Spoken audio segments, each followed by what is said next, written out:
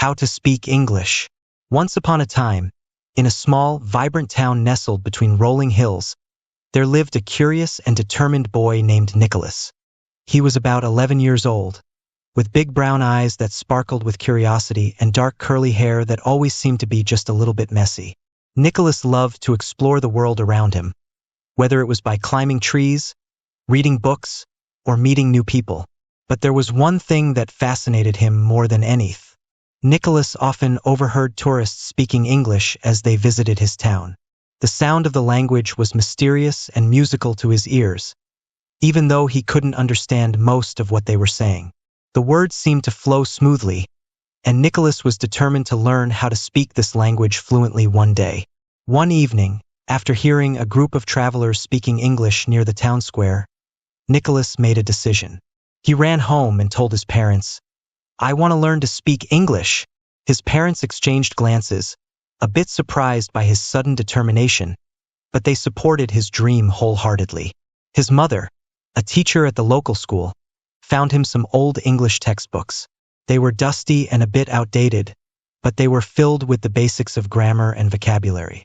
His father, who worked as a carpenter, didn't speak any English himself, but he encouraged Nicholas by saying, "You'll have to work hard and practice every day, but I know you can do it."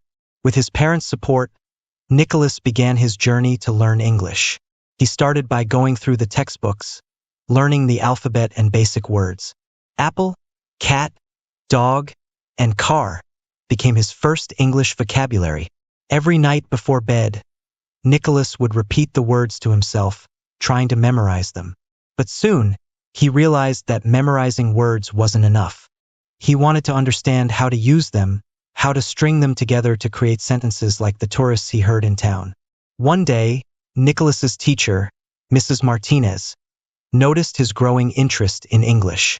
She decided to help him by giving him additional lessons after school. Mrs. Martinez was patient, explaining the rules of grammar and how to structure simple sentences. Nicholas learned how to say, "I am Nicholas.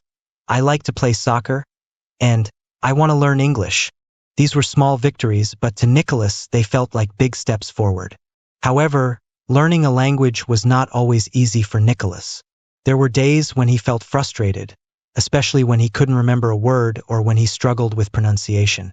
One particular day, after struggling to pronounce the word, though, Nicholas felt so defeated that he considered giving up. His tongue just wouldn't cooperate, and he couldn't understand why some words in English were pronounced so differently from how they were written. But his mother, noticing his frustration, sat him down and said, "Nicholas, learning something new is like building a house. You have to start with the foundation brick by brick. Don't rush it. One day you'll look back and realize how far you've come." Encouraged by his mother's words, Nicholas decided not to give up. Instead, he found new ways to immerse himself in the language. He began watching cartoons in English, even though he couldn't understand everything at first. The bright colors and animated characters made the language seem less intimidating. He also started listening to English songs on the radio, trying to pick out words he recognized. Music became a fun way to practice without feeling like he was studying. Nicholas's favorite place to practice, though, was the town square.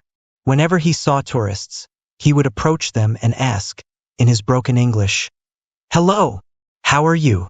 Sometimes the tourists would smile and reply slowly, allowing Nicholas to catch a few words. Other times, they would compliment him on his efforts, which gave him the confidence to keep trying. One day, while practicing in the square, Nicholas met an older man named Mr. Taylor. Mr. Taylor was an English-speaking traveler who had been coming to the town for years. He noticed Nicholas's enthusiasm and asked, "Do you want to practice with me?" Nicholas nodded eagerly, and from that day on, Mr. Taylor became his unofficial language tutor. Every afternoon, after Nicholas finished his schoolwork, he would meet Mr. Taylor in the square. They would sit on a bench under a large oak tree, and Mr. Taylor would patiently help Nicholas with his pronunciation, teaching him new words and phrases. He would point to objects around them, bench, tree, fountain, and have Nicholas repeat the words until he got them right. Mr. Taylor also taught Nicholas basic conversational phrases like, "What time is it?" and "Where are you from?" The more Nicholas practiced, the more confident he became. His vocabulary grew, and he started to understand simple conversations. One day, while listening to a group of tourists at a cafe, Nicholas realized that he could understand most of what they were saying. It was a thrilling moment for him, as if all the hard work and practice were finally paying off. Despite his progress, Nicholas knew that speaking fluently would take more time.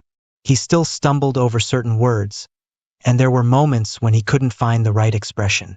But he reminded himself that learning a language was a journey, not a race.